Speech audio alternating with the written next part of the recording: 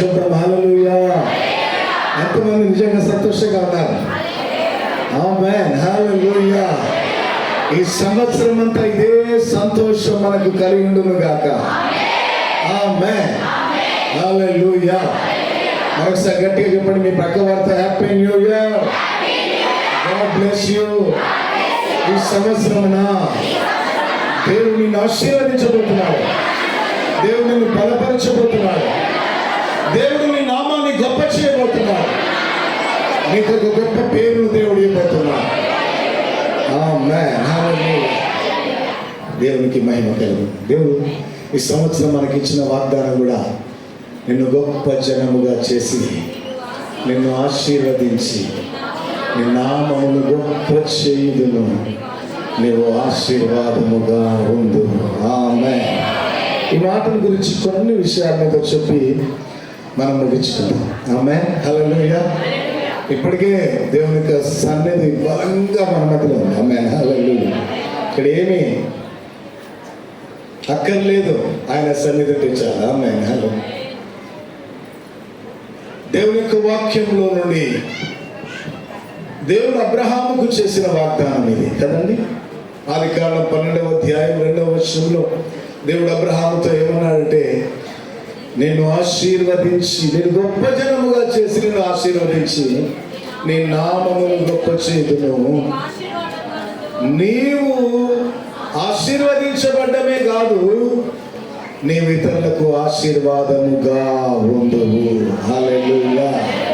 ఇదంతా ప్రభు ఇక్కడున్న ప్రతి ఒక్కొక్కరి జీవితంలో జరిగించును గాక. ఆమేన్. పలుకున్నాం, నా జీవితంలో దేవుడి వాగ్దానం నెరవేర్చును గాక. గట్టిగా చెప్తాను, నా జీవితంలో దేవుడు ఈ వాగ్దానమును ఈ సంవత్సరం తిరగక ముందే నాలో నెరవేర్చబడును గాక. ఆమేన్. హల్లెలూయా. దేవుని బిడ్డలారా, దేవుడు అబ్రహాముతో చెప్పిన మాట ఏంటంటే, నేను ఆశీర్వదిస్తాను, నేను నామాన్ని గొప్ప చేస్తాను. అంటే అబ్రహాం అంటే ప్రపంచమంతా తెలిసేటట్లుగా చేస్తానని దేవుడు చెప్పాడు. హల్లెలూయా. ఆ అబ్రహాం అనే పేరు దగ్గర నీ పేరు పెట్టుకో, దేవుడు ఏం చేస్తాడంటే నీ పేరును ఒకరోజు అనేకులకు తెలిసేటట్లుగా చేయబోతున్నాడు. కల్వరి ప్రేయర్ మినిస్ట్రీస్ అనే పేరును దేవుడు గొప్ప చేయబోవును గాక. ఆమేన్. తెలంగాణ ఆంధ్ర రాష్ట్రాల్లో కల్వరి ప్రేయర్ మినిస్ట్రీస్ అంటే తెలియబడును గాక. ఆమేన్. వల్లరా నిజంగా ఇది అబ్రహాము జీవితంలో దేవుడు చేసిన ఒక గొప్ప వాగ్దానం. ఇంకా దేవుడు ఏమన్నా అంటే, నువ్వేదో చాలాసార్లు మనం ఏమని ప్రార్థన చేస్తామంటే, ప్రభు నన్ను ఆశీర్వదించు ఆశీర్వదించు లేదు. ఇప్పటి నుండి నువ్వేమని ప్రార్థన చేయాలంటే, ప్రభు నేను అనేకులకు ఆశీర్వాదముగా ఉండును గాక. నీవు ఆల్రెడీ ఆశీర్వదించబడ్డావు అంతే. యెహోవా వలన ఆశీర్వదించబడిన వాడా. నువ్వు బయట నిలవనేలా లోపలికి రమ్మన్నాడు. ఎవరు? లాబాను. ఎవరితో అన్నాడు? ఎలియాజర్తో అన్నాడు. ఎలియాజర్తో అన్న మాట అది. ఎలియాజర్ ఎవరు? అబ్రహాము దాసుడు. ప్రేమైన వల్ల నీవు నేనెవరు? యేసయ్య దాసులం. హల్లెలూయా. ఈరోజు దేవుడు నీ జీవితంలో కార్యం చేయను గాక. ఆమేన్. బైబిల్ గ్రంథంలో యేసుక్రీస్తు ప్రభువుని గురించి మనం ఆలోచన చేస్తే, యేసయ్య అబ్రహాము యొక్క కుమారుడుగా ఈ లోకంలోనికి వచ్చాడు. బైబిల్ ఒకసారి మనం తీద్దాం. బైబిల్లో నుండి ఫిలిప్పీలకు రాసిన పత్రిక, డైరెక్ట్గా నా మాటను చెప్పేస్తున్నాను. ఫిలిప్పీలకు రాసిన పత్రిక 2వ అధ్యాయం 5వ వచనంలో అక్కడున్న మాటను మనందరం కలిసి చదువుదాం. ఆ మాటని, క్రీస్తు యేసునకు కలిగిన ఈ మనస్సు మీరును కలిగియుండుడి, ఆయన దేవుని స్వరూపము కలిగిన వాడయ్యుండి దేవునితో సమానముగా ఉంట విడిచిపెట్టకూడని భాగ్యం అని ఎంచుకొనలేదు గాని. ఎలా పుట్టాడు యేసు ప్రభు? క్రిస్మస్ పండుగ యేసు ప్రభు ఎలా పుట్టాడు? మనుషుల పోలికగా పుట్టి ఇంకా దాసుని స్వరూపమును ధరించుకొని తన్ను తాను రిక్తునిగా చేసుకున్నాడు. కాబట్టి ఆయన ఆకారమందు మనుష్యుడిగా కనబడ్డాడు. మరణము పొందినంతగా అనగా శిలువ మరణము పొందినంతగా విధేయత చూపిన వాడై.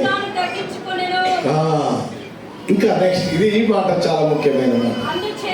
అందుచేత అంటే యేసుక్రీస్తు ప్రభు తను తాను తగ్గించుకున్నాడు, తండ్రి అయిన దేవునికి విధేయత చూపాడు కనుక అందుచేత పరలోకమందు ఉన్న వారిలో గాని, భూమి మీద ఉన్న వారిలో గాని, భూమి కింద పాతాళములో ఉన్న వారిలో గాని ప్రతి వాని మోకాలు యేసు నామమున వంగునట్లును, ప్రతి వాని నాలుక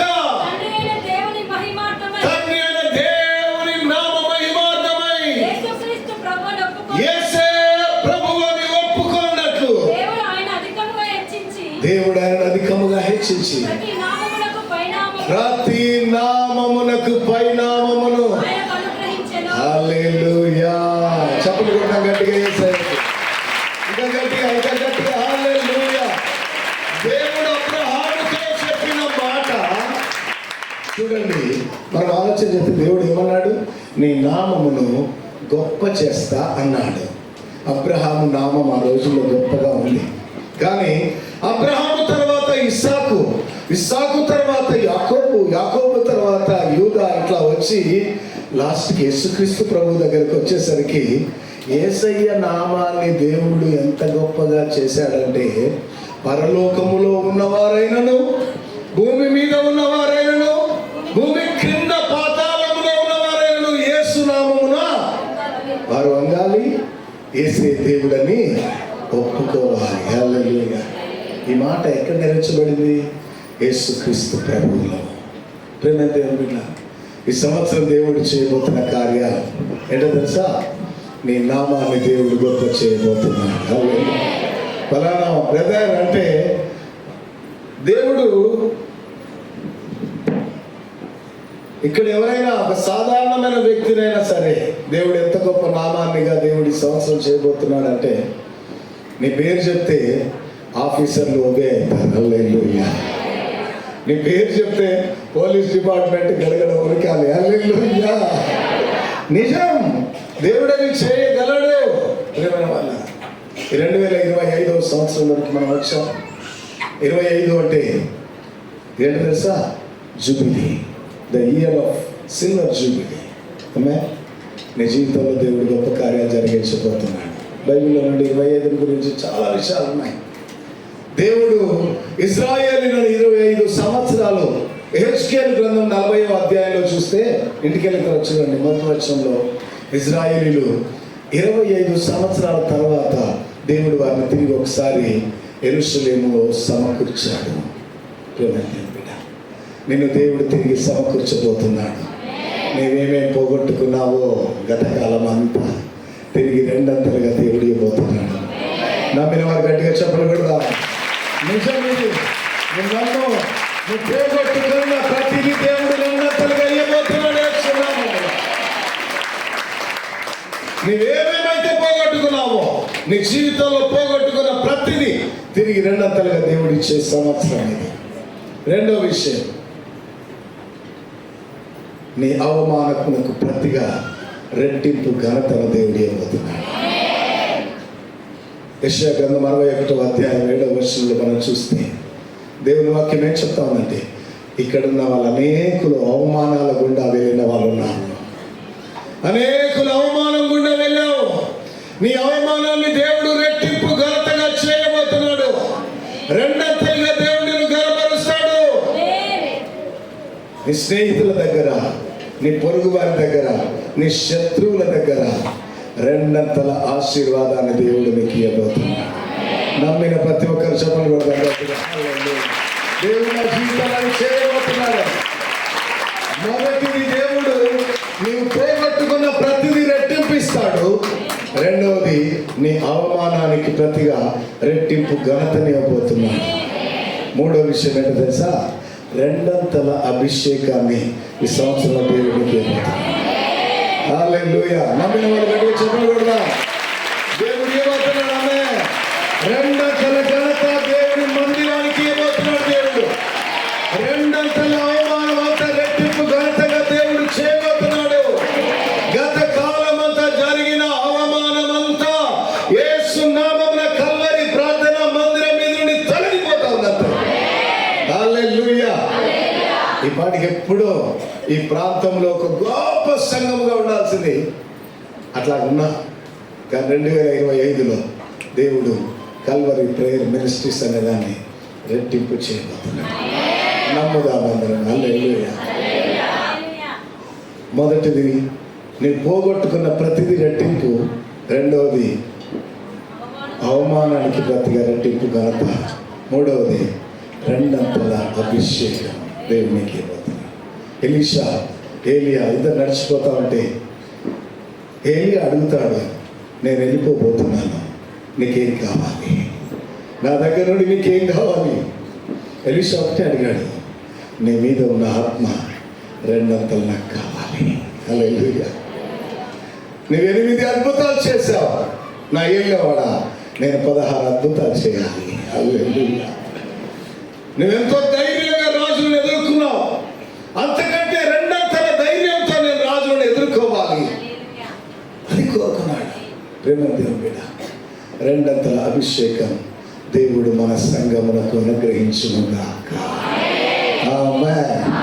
హల్లెలూయా. ఇదే దేవుని వాగ్దానం. ఆమేన్. నీ పేరును దేవుడు గొప్ప చేయబోతున్నాడు. నమ్ము, ఎక్కడ కూడా తగ్గబాక. హల్లెలూయా. యేసు నామములో, యేసయ్య నామం ఎంత ఉన్నతమైన నామమో దేవుడు నీ నామాన్ని కూడా అంత ఉన్నతమైనదిగా చేయబోతున్నాడు. ఆమేన్. ఇది నిజం. దేవుని వాగ్దానాలన్నీ క్రీస్తునందు అవును అన్నట్టుగా ఉన్నాయి. ఏదో గాలికి దేవుడు వాగ్దానాలు చేయలేదు. దేవునికి ఏ వాగ్దానం చేశాడో నీవు దాన్ని నమ్మితే అవి నెరవేర్చబడతాయి. నీ జీవితంలో పోగొట్టుకున్న ప్రతిదీ దేవుడు రెండంతలుగా మనకు అనుగ్రహించబోతున్నాడు. ఇప్పుడు నువ్వేమేమి పోగొట్టుకున్నావన్నీ లిస్ట్ రాసుకో. సంవత్సరం చివరికల్లా నన్ను అడుగు, ఇది రాలేదు, దేవుడు తప్పకుండా ఇస్తాడు. కానీ దానికి ముందు నువ్వు చేయాల్సింది దేవునితో సహవాసం చేయి. దేవునికి నీ సమయమే. బైబిల్లో ద్వితీయోపదేశ కాండం 28వ అధ్యాయంలో రాయబడిన కొన్ని ఆశీర్వాదాలను మనం చూద్దాము. త్వరగా చూసి మనం ముగించుకుందాం. త్వరగా కొన్ని మాటలను మనం చదువుదాం. అక్కడ రాయబడిన ప్రతి ఆశీర్వాదము నీది అని నమ్ము. ద్వితీయోపదేశ కాండం 28వ అధ్యాయము 1 నుండి 14 వరకు దేవుడు నీకు ఇచ్చిన వాగ్దానాలు, వాటన్నిటిని యేసు నామమున స్వతంత్రం చేసుకో. హల్లెలూయా. చదవండి. 2-3 మాటలు శ్రద్ధగా వినాలట. ఎవరి మాట? దేవుని మాట శ్రద్ధగా విను. అంతే. హల్లెలూయా. వినడం అంటే లోబడు. అబ్రహాం ఏం చేశాడు? దేవుని మాటకు లోబడ్డాడు. యేసయ్య ఏం చేశాడు? తండ్రి అయిన దేవునికి విధేయత చూపాడు. నీవేం చేయాలా? దేవుని మాటకు లోబడు. సంఘంలో దేవుని సేవకుడు చెప్పే మాటకు లోబడు. దేవుని వాక్యానికి లోబడు. సంఘంలో చేయాల్సిన దేవుడు నీకు ఇవ్వాల్సిన ప్రతిదీ రెట్టింపుగా నీకు తిరిగి ఇచ్చేస్తాడు. చదవమ్మా. నేడు నేను నీకు ఆజ్ఞాపించుచున్నా ఆయన ఆజ్ఞలన్నింటినీ నీవు అనుసరించి నడుచుకుంటే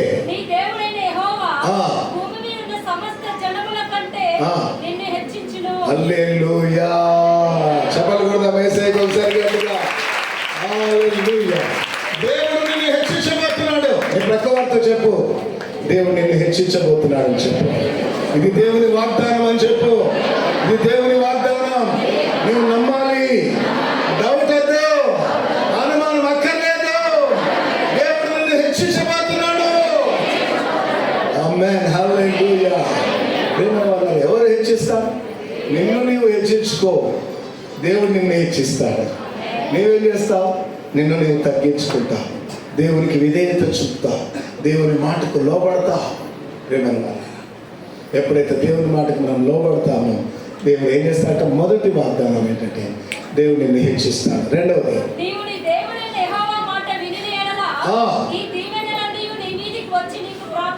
ఈ దీవెనలు మొత్తం దేవుడు నీ మీదికి వచ్చేటట్లుగా దేవుడు చేస్తాడట. చెప్పండి, చదవండి. నీవు ఎక్కడెక్కడ దీవించబడతాడు? పట్టణములో, ఖమ్మం పట్టణములో దేవుడు నిన్ను దీవించబోతున్నాడు. హల్లెలూయా. అందరూ చెప్పండి, మీ పక్క వారితో చెప్పండి, ఖమ్మం పట్టణంలో దేవుడు నిన్ను ఆశీర్వదించబోతున్నాడు. విస్తారమైన ఆశీర్వాదాలు వస్తున్నాయి. రెడీగా ఉండు, పొందుకో. హల్లెలూయా. ఖమ్మం పట్టణంలో దేవుడిని దీవించబోతున్నాడు. రెండు, పొలములో, నీ పొలములో దేవుడిని దీవించబోతున్నాడు. పొలం అంటే నాకు పొలం లేదు అనుకోవచ్చేమో. నువ్వే పని చేస్తున్నావో అదే నీ పొలం. హల్లెలూయా. దేవుని మందిరం నీ పొలం. హల్లెలూయా. ఇక్కడ మనం ఈ మందిరమే దేవుని పొలం. ఇది ఈ పొలంలో మనం దున్నాలి, విత్తాలి, పంటలు కోయాలి. హల్లెలూయా. నీ పొలములో ఆశీర్వదించబడతావు. నీ గర్భఫలం, నీ పిల్లలు,